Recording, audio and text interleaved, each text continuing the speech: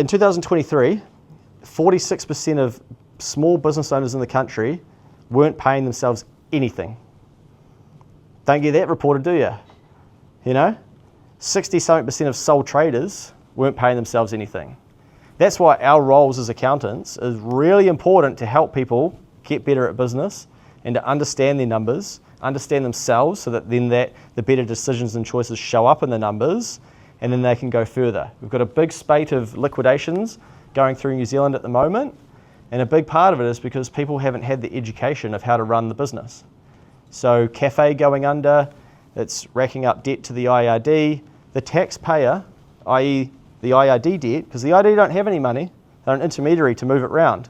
So the taxpayer is subsidising that business. So you guys are subsidising that business.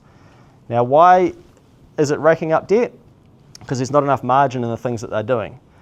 So the muffins don't have enough margin, the costs are too high, they're not learning these things to then adapt, or I feel bad putting my prices up. And so eventually the money has to come from somewhere. It ends up with debt to the IRD. Eventually the IRD come along and say, no more, you know, we're going to have to shut you down. So again, like, it's okay to aim for a larger income